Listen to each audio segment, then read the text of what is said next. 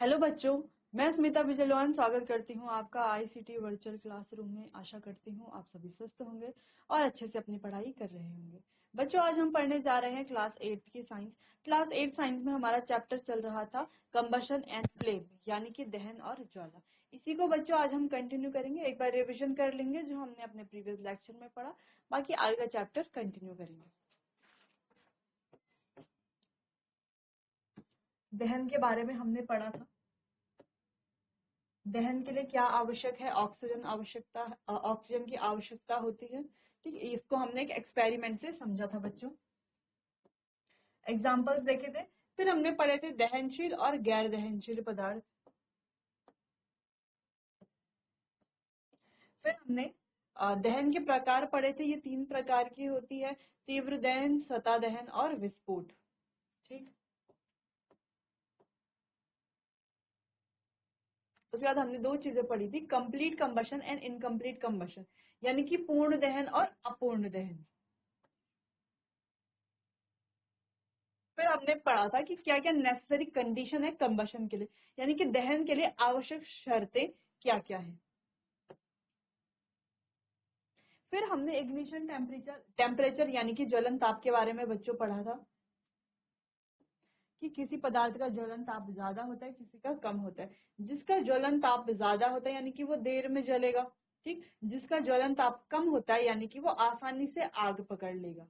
ठीक है बच्चों, जैसे हमने बात की थी पेट्रोल की और लकड़ी की, तो ज्यादा जल्दी आग किसमें लगेगी, पेट्रोल में या लकड़ी में? पेट्रोल में ऑब्वियसली जल्दी आग लगेगी। यानी कि पेट्रोल का जो इग्निशन टेम्परेचर है, प्रज्वलन ताप है, वो क्या है, कम है, और लकड़ी का प्रज्वलन ताप ज्यादा है पेट्रोल से। ठीक, अब दहन के लिए आवश्यक शर्तें जो हमने पढ़ ली थी, नेसेसरी कंडीशंस क्या है दहन के लिए। और आग पर नियंत्रण कैसे किया जाए। ठीक है, यहाँ से हम स्टार्ट करेंगे आज। अब जो है दहन की हमने प्रक्रिया पढ़ ली कि दहन कैसे होता है। ऑक्सीजन उसके लिए मेन कंडीशन होती है। ठीक, दूसरी चीज हमने ये भी पढ़ ली कि दहन के लिए आवश्यक शर्तें क्या क्या है और कौन से पदार्थ दहनशील होते हैं, कौन से गैर दहनशील होते हैं, कहाँ पर पूर्ण दहन होता है, कहाँ पर अपूर्ण दहन होता है। तो ये सारी चीजें हमने प्रिपेयर कर ली, अच्छे से पढ़ ली। अब हमें पढ़ना है कि कहीं पर अगर हमें आग दिख जाए तो उसे नियंत्रण कैसे किया जाए, उस पर नियंत्रण कैसे हम कर सकते हैं बच्चों। तो सबसे पहले अगर कहीं पर आग लगी हुई है तो वो डिपेंड करता है कि कैसे पदार्थ पर आग लगी है।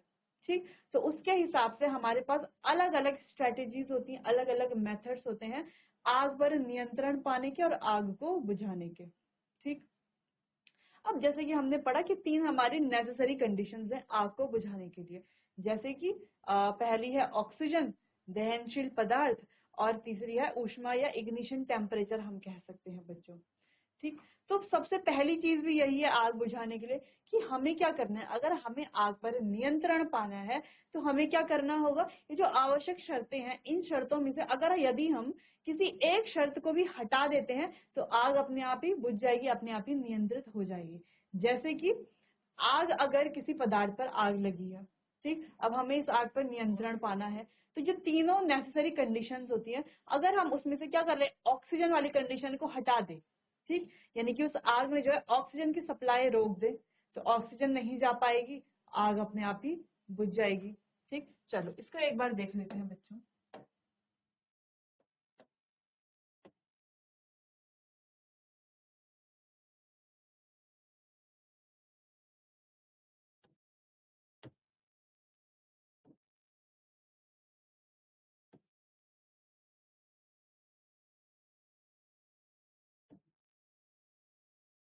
ठीक है, चलो इस प्रकार से आग लगी होती है।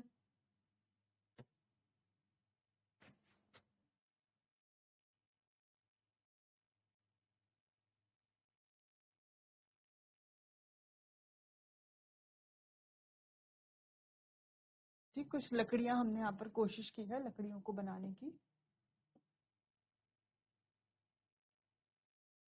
ठीक है, अगर लकड़ियों में इस प्रकार से आग लगी हुई है बच्चों, तो यहाँ पर जो 3 नेसेसरी कंडीशंस होती हैं, सबसे पहले ऑक्सीजन की सप्लाई, ठीक है, दूसरी चीज दहनशील पदार्थ,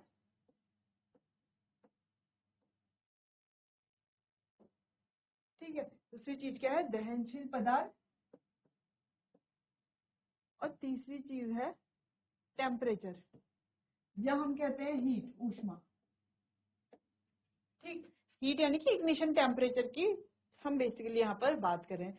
तो इस प्रकार आग अगर लगी है तो पहली कंडीशन है ऑक्सीजन। अगर हम ऑक्सीजन की सप्लाई रोक दें इस आग में, ठीक, ऑक्सीजन की सप्लाई ना जा पाए तो धीरे धीरे क्या होगी, ये आग अपने आप ही बुझ जाएगी अगर ऑक्सीजन की सप्लाई यहाँ पर बंद हो गई। ठीक, दूसरी कंडीशन है कि दहनशील पदार्थ को हटा दिया जाए। दहनशील पदार्थ क्या, ये लकड़ी है, ये क्या यहाँ पर दहनशील पदार्थ है, तो इसको यदि हटा दिया जाए तो क्या हो जाएगा, आग बुझ जाएगी। तीसरी चीज हीट, यानी कि जो यहाँ पर ऊष्मा है उसको अगर हटा दिया जाए, उसको अगर रोक दिया जाए या हटा दिया जाए तो ये आग क्या हो जाएगी, अपने आप ही बुझ जाएगी बच्चों। ठीक, तो यानी कि अगर जो हमारे पास 3 नेसेसरी कंडीशंस होती हैं बच्चों, उन नेसेसरी कंडीशंस में से अगर एक भी कंडीशन को हम हटा देते हैं तो आग जो है वो बुझ जाती है। ठीक, लेकिन हर समय ये जरूरी नहीं है और ऐसा मुमकिन नहीं है कि हम क्या कर सकते हैं कि एक कंडीशन को हटा सकते हैं। अगर इतना ही इजी होता तो इतनी ज्यादा जो है आग लगती है, आग फैलती है, जंगलों के जंगल जो है तबाह हो जाते हैं, तो हम क्या कर सकते थे, आसानी से कोई तीनों कंडीशन में से एक कंडीशन हटा दी, आग बुझा देते। लेकिन ये इतना इजी नहीं होता, ठीक है, जितना ये कहने में लगता है। ठीक, तो हमें क्या करना है, अब अलग अलग दहनशील पदार्थ होते हैं, ठीक है, तो वो अलग अलग उनका इग्निशन टेम्परेचर होता है। ठीक, तो उनको बुझाने के अलग अलग मेथड्स होते हैं। जैसे कि अगर आग किसी ऐसे दहनशील पदार्थ पे लगी है जैसे लकड़ी है, कागज है, ठीक, तो इनको हम बुझा सकते हैं पानी की मदद से। ठीक है, पानी बहुत अच्छा हमारा अग्निशामक है, उससे हम जो है कई प्रकार की आग को बुझा सकते हैं। लेकिन अगर आग जो है कपड़ा, लकड़ी, कागज, इन दहनशील पदार्थों पर लगी है तो हम आसानी से इसको पानी की मदद से बुझा सकते हैं। लेकिन यदि आग जो है किसी इलेक्ट्रिकल अप्लायंस में लगी है ना, बिजली से चलने वाले उपकरणों में आग लगी है, ठीक है, या तेल से कहीं पर आग लगी है, जैसे हम कह सकते हैं कि पेट्रोल से आग लगी है या और किसी ऑयल से आग लगी है, तो उसे जो है हम पानी की मदद से नहीं बुझा सकते। क्योंकि अगर देखो बिजली के उपकरणों में आग लगी होगी तो अगर हम उसमें पानी डालेंगे, पानी क्या होता है, उसको और ज्यादा कंडक्ट करेगा, आग और ज्यादा बढ़ेगी ना कि कम होगी, और जो पानी डाल रहा है हो सकता है उसको भी बिजली का झटका लग जाए। ठीक है, तो उसकी जान भी खतरे में आ सकती है। इसीलिए जो बिजली के उपकरण होते हैं, ठीक है, इनमें जब आग लगती है, या हम कह सकते हैं जो ट्रांसफार्मर हो रहा होता है या बिजली ऑफिस होते हैं, यहाँ पर अगर किसी प्रकार की आग लग जाती है तो हम जो है उसे पानी से नहीं बुझा सकते। तीसरी चीज हमने कहा कि तेल से लगी हुई जो आग होती है उसे भी हम पानी की मदद से नहीं बुझा सकते। जैसे कि पेट्रोल है, केरोसिन है, तो ये आग किससे लगती है, ये तेल है। ठीक, अगर इनमें कभी आग लगी और हम इसे बुझाने की कोशिश करते हैं और पानी डालते हैं तो ये आग नहीं बुझती, क्योंकि ये जो ऑयली चीजें होती है जैसे पेट्रोल है, ये पानी के ऊपर तैरने लग जाता है। ठीक, और जिससे ये कंटिन्यूअसली जलता रहता है, बुझता नहीं है। ठीक है बच्चों, तो इसके लिए हमें कुछ और मेथड्स को जानना है कि कैसे जो है हम आग पर नियंत्रण पा सकते हैं। चलिए तो स्टार्ट करते हैं यहाँ से रीड करना। आग पैदा करने के लिए आवश्यक एक या अधिक आवश्यकताओं को हटाकर आग पर नियंत्रण किया जा सकता है।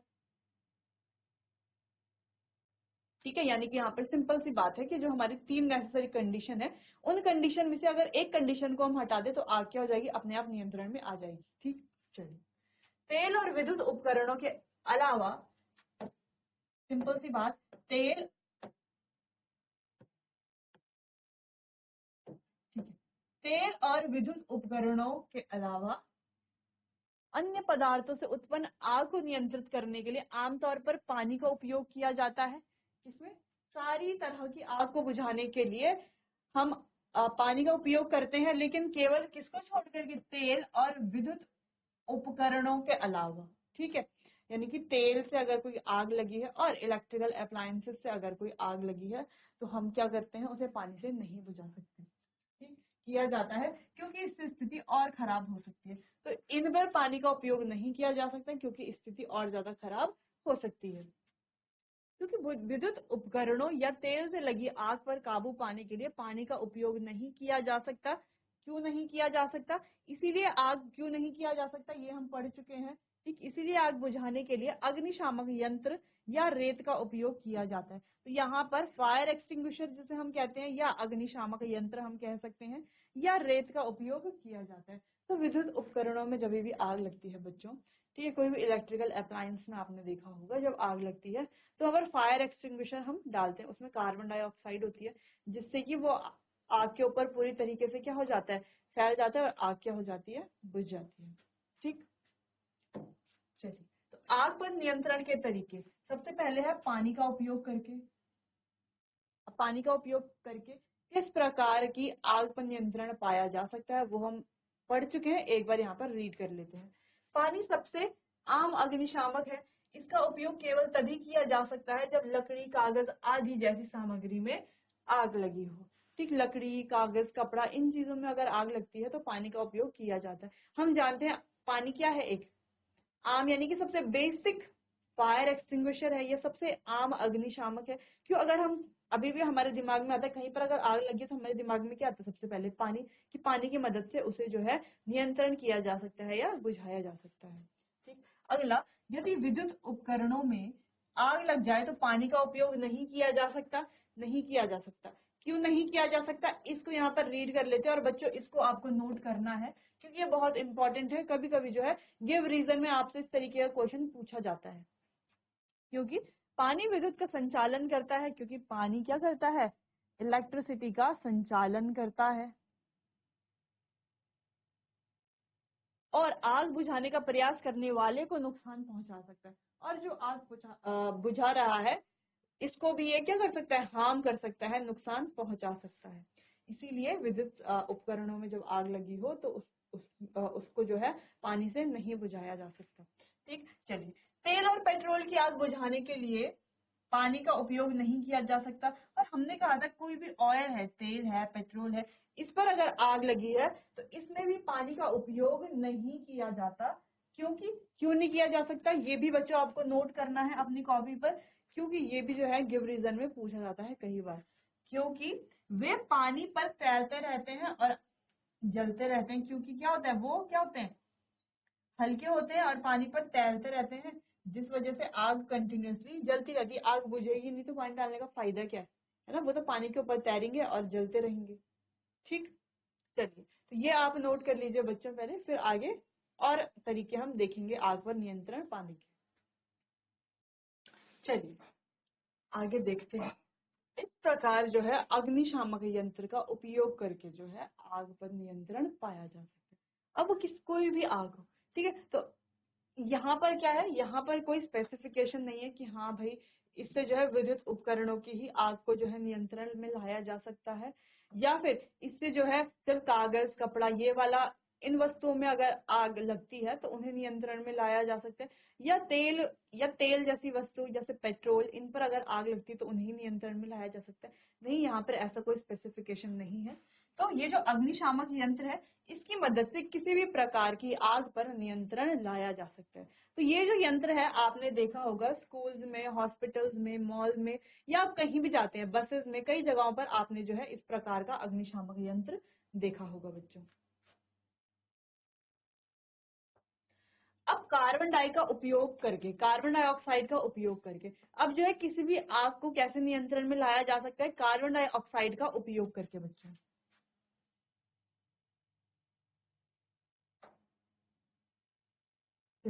तो कार्बन डाइऑक्साइड और तेल, पेट्रोल जैसे ज्वलनशील पदार्थों और बिजली के उपकरणों से होने वाली आग को बुझाने के लिए सबसे अच्छा अग्निशामक है। कार्बन डाइऑक्साइड हवा से भारी होता है। अब कार्बन डाइऑक्साइड सबसे अच्छा अग्निशामक है, ये हमने पढ़ लिया। ठीक है, इससे किसी भी प्रकार की आग को नियंत्रण में लाया जा सकता है। ठीक है, अब ऐसा क्यों है, क्यों ये जो है किसी भी प्रकार की आग को नियंत्रण में ला सकता है, ऐसा क्या है इसमें। ठीक है, तो वो पॉइंट हम यहाँ पर पढ़ेंगे कि कार्बन डाइऑक्साइड हवा से भारी होता है। ठीक, पहली चीज क्या है, ये हवा से भारी होता है और ये आग को ढक लेती है और ऑक्सीजन की आपूर्ति को रोककर आग को बुझा देती है। ये क्या करती है, पूरी आग को ढक लेती है और वहां पर जिस वजह से ऑक्सीजन की सप्लाई नहीं हो पाती और आग बुझ जाती है। अब बच्चों इसको एक बार हम, जैसे कि ये अग्निशामक है, चलो एक बार हम इसको देख लेते हैं किस प्रकार ये होता है।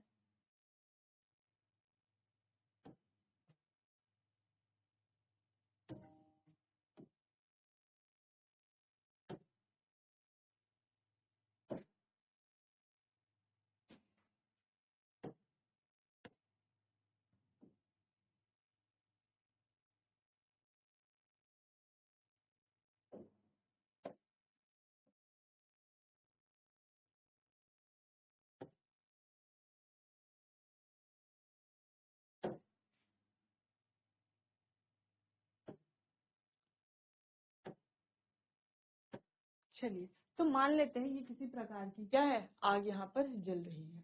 तो अग्निशामक क्या करता है, यानी कि ये अग्निशामक क्या करता है, अब इसमें होता क्या है, कार्बन डाइऑक्साइड CO2 होता है बच्चों। ठीक, क्या होता है, कार्बन डाइऑक्साइड इसमें होता है। ठीक है, अब हम इसको ग्रीन कलर से रिप्रेजेंट करेंगे। तो यहाँ से इसको प्रेस किया जाता है और ये क्या करती है, इसके चारों ओर, आग के चारों ओर क्या होती है, फैल जाती है। ठीक है, आग के चारों ओर फैल जाती है और आग को, पूरी आग को क्या कर लेती है, कवर कर लेती है, यानी कि पूरी आग को ढक लेती है। तो जब ये पूरी आग को ढक लेती है, ठीक, अब जब ये पूरी आग को ढक लेगी तो इसके अंदर क्या नहीं हो पाएगा, ऑक्सीजन की सप्लाई नहीं जा पाएगी, है ना। हम क्या करते हैं, जब हमें ठंड लगती है तो हम क्या करते हैं, कंबल ओढ़ लेते हैं। कंबल ओढ़ने से क्या होता है कि जो बाहर की जो हवा है वो अंदर नहीं आ पाती और अंदर हम सेफ रहते हैं, अंदर हमें गर्मी लगती है। ठीक है, तो वो कंबल क्या है, एक तरह से वो जो कंबल है या चादर है वो क्या कर रही है, हमारे चारों ओर फैली हुई है, जिससे कि बाहर की जो हवा है वो अंदर नहीं आ पा रही। ठीक है, तो वैसे ही यहाँ पर ये क्या, एक कंबल की तरह काम करता है अग्निशामक।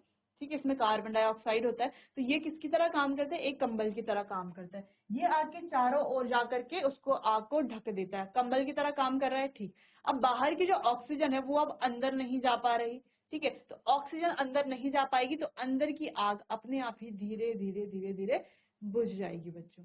ठीक, फिर धीरे धीरे आग बुझ कैसे जाएगी, वहां पर टेम्परेचर भी धीरे धीरे क्या होने लगेगा, लो होने लगेगा और आग भी बुझने लगेगी। तो सिंपल सी चीज थी, बस हमें ये ध्यान रखना है कि इसमें जो कार्बन डाइऑक्साइड होती है वो इसको पूरा क्या कर लेती है, ढक लेती है, जिस वजह से ऑक्सीजन की सप्लाई रुक जाती है। अब ऑक्सीजन नहीं जा पाएगी, तो ये हम पहले भी एक्सपेरिमेंट द्वारा समझ चुके हैं और बता चुके हैं कि अगर ऑक्सीजन नहीं जा पाएगी तो किसी प्रकार की आग जो है वो आगे कंटिन्यू बर्न नहीं होगी। ठीक, चलिए, तो इतनी बात यहाँ पर होती है। इतना पॉइंट था जो हमने यहाँ पर अच्छे से समझ लिया है बच्चों। अब कार्बन डाइऑक्साइड जो होती है, कार्बन डाइऑक्साइड को सिलेंडर में तरल के रूप में उच्च दबाव पर संग्रहित किया जाता है। सोडियम बाइकार्बोनेट, पोटेशियम बाइकार्बोनेट जैसे रसायन आग के पास कार्बन डाइऑक्साइड का उत्पादन करते हैं।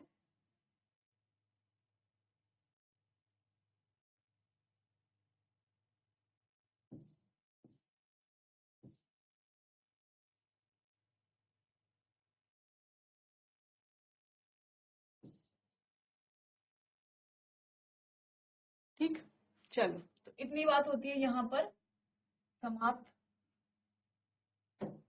अब बच्चों आगे पढ़ते हैं ज्योति के बारे में। अभी तक हमने अच्छे से दहन के बारे में पढ़ा। दहन में हमने कई चीजें पढ़ी कि दहन क्या होता है, दहनशील पदार्थ क्या होते हैं, गैर दहनशील पदार्थ क्या होते हैं, पूर्ण दहन क्या होता है, अपूर्ण दहन क्या होते हैं, दहन के प्रकार क्या होते हैं, ये सारी चीजें हम समझ चुके। साथ ही साथ अगर कहीं आग लग जाए, है ना, तो उस पर नियंत्रण कैसे पाया जा सकता है। जिन वस्तुओं में पानी से हम नियंत्रण नहीं पा सकते, जिस तरह की आग में, उसमें जो है हम क्या यूज करते हैं, अग्निशामक का उपयोग करते हैं। ठीक, तो इतनी बात तो हो गई हमारे दहन के बारे में। ठीक, अब बात है ज्योति यानी कि ज्वाला के बारे में। चलिए, तो ज्वाला प्रज्वलित गैस का एक गर्म चमकता हुआ पिंड है जो तब उत्पन्न होता है जब किसी चीज में आग लगती है। सिंपल सी बात है, जब किसी चीज में आग लगती है तो वो जो चमकता हुआ पिंड हमें दिखाई देता है वही क्या है, ज्वाला है। ठीक, सिंपल। कुछ पदार्थ ज्वाला से जलते हैं और कुछ नहीं, जहाँ एक सामान्य अवलोकन पर आधारित तालिका दी गई है। अब सिंपल सी बात है, कुछ पदार्थ जो हैं वो ज्वाला के साथ जलते हैं, कुछ पदार्थ नहीं जलते।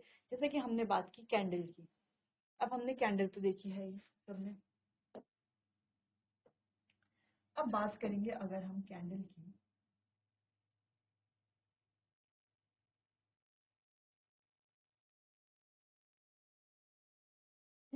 इस प्रकार से हमारे पास क्या होती है बच्चों, कैंडल होती है।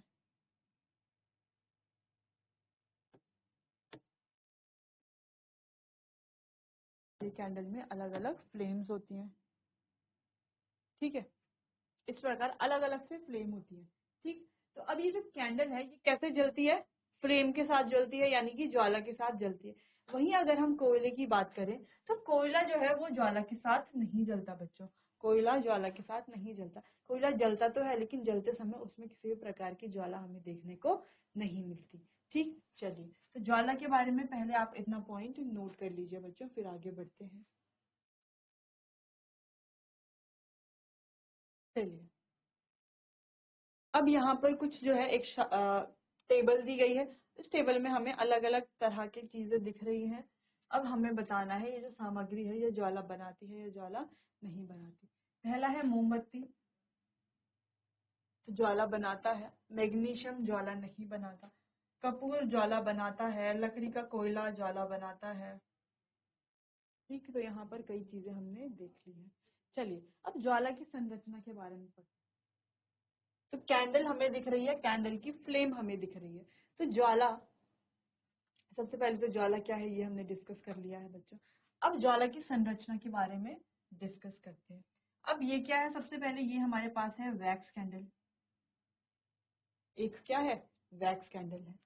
अगला इसका ये जो अंदर वाला पार्ट होता है बच्चों, ये क्या होता है, लीस्ट हॉट। लीस्ट हॉट यानी कि सबसे कम गर्म वाला भाग। तो ये भाग क्या होता है, लीस्ट हॉट, यानी कि सबसे कम गर्म, ठीक। कैंडल में ये वाला भाग क्या होता है, सबसे कम गर्म। तो हमने देखा है घरों में हम करते थे बचपन में, ऐसे फ्लेम जलती थी तो वहां पर क्या ले जाते थे, बीच में उंगली ले जाते तो उंगली नहीं जलती थी। वहीं अगर हम उंगली यहाँ ऊपर लेके जाए तो उंगली जलने लग जाएगी, ठीक, हमें अपने आप ही महसूस होगा। लेकिन वही उंगली अगर हम सिर्फ यहाँ पर लेकर जाते थे तो जो है उंगली नहीं जलती थी, है ना। ऐसे ऐसे करके देखते थे कि मैजिक ट्रिक है, ठीक। तो ये पार्ट कौन सा होता है, लीस्ट हॉट। तो वो इसीलिए होता था बच्चों, उंगली यहाँ पर इसीलिए नहीं जलती थी क्योंकि ये पार्ट कौन सा है, लीस्ट हॉट, यानी कि सबसे कम गर्म भाग है। अगली बात है यहाँ पर ये वाला भाग, ये जो बीच वाला भाग हमें दिख रहा है, ये कौन सा भाग है, ये मॉडरेटली हॉट, यानी कि सबसे कम गर्म तो नहीं होता, ठीक ठाक गर्म होता है, बहुत ज्यादा गर्म भी नहीं होता, ठीक। अगली बात करते हैं हॉटेस्ट पार्ट, यानी कि जो हमें आउटर जोन दिख रही है, यानी कि सबसे बाहर का हिस्सा दिख रहा है, जो हल्का ब्लूइश ब्लूइश कलर का भी है ना, सबसे ब्लूइश ब्लूइश। जब हम क्या करते हैं घर में गैस जलाते हैं, तो गैस जलाते हैं तो हमने देखा होगा बाहर वाली गैस क्या है, थोड़ा ब्लूइश ब्लूइश, अंदर थोड़ा ऑरेंज, फिर थोड़ा येलो, और अंदर में ऐसे इस तरीके से हमें दिखता है ना। या हमने कैंडल जलाई होगी तो हमने ये फ्लेम को जो है ऑब्जर्व किया होगा, अवलोकन किया होगा कि इस तरीके से ये फ्लेम होती है। तो इस फ्लेम में 3 पार्ट हमने डिस्कस किए। सबसे पहले ये वाला भाग, इसे आउटर पार्ट कहा जाता है, इसे मॉडरेटली हॉट यानी कि मिडिल जोन कहा जाता है। और ये लीस्ट हॉट है, सबसे कम होस्ट है, इसलिए इसे इनर मोस्ट जोन कहा जाता है। तो ये सबसे अंदर वाले भाग में आता है, ये कहाँ आता है, ये मध्य भाग में आता है, और ये जो है हमारा आउटर जोन यानी कि सबसे बाहरी भाग में आता है बच्चों। अब एक और चीज हम पढ़ लेते हैं। अब ये जो सबसे अंदर वाला भाग है, जो सबसे कम गर्म होता है, लीस्ट हॉट होता है, तो इसमें क्या होता है, innermost zone of unburned wax vapours.